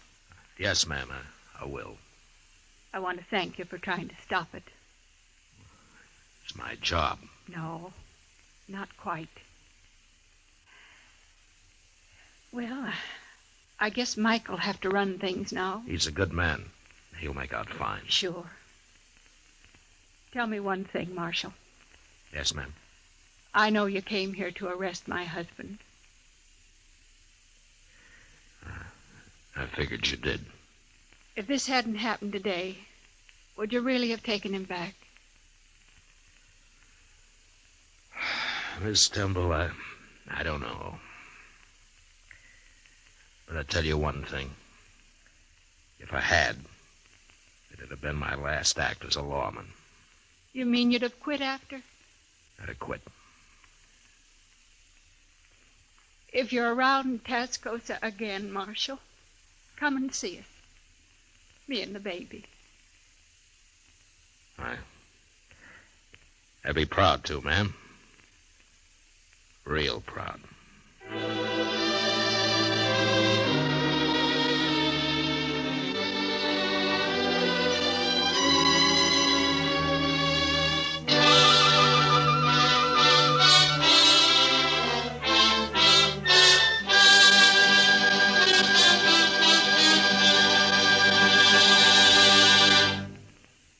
Gunsmoke, under the direction of Norman Macdonald, stars William Conrad as Matt Dillon, U.S. Marshal.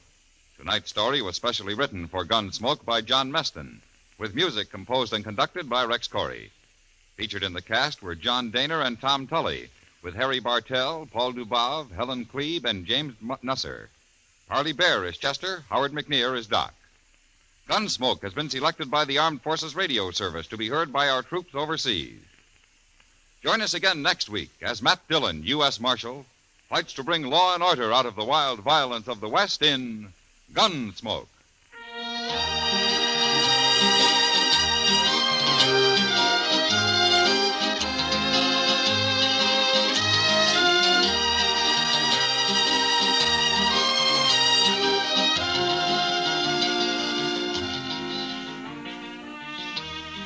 Tennessee and Virginia are the home states for CBS Radio's Saturday Night Country Style, just a bit later tonight. That's where the rural rhythm's coming from, but it's going out all over the country on most of these same stations. This is George Walsh speaking, and remember, you'll find Western adventure and music with Gene Autry Sunday evenings on the CBS Radio Network.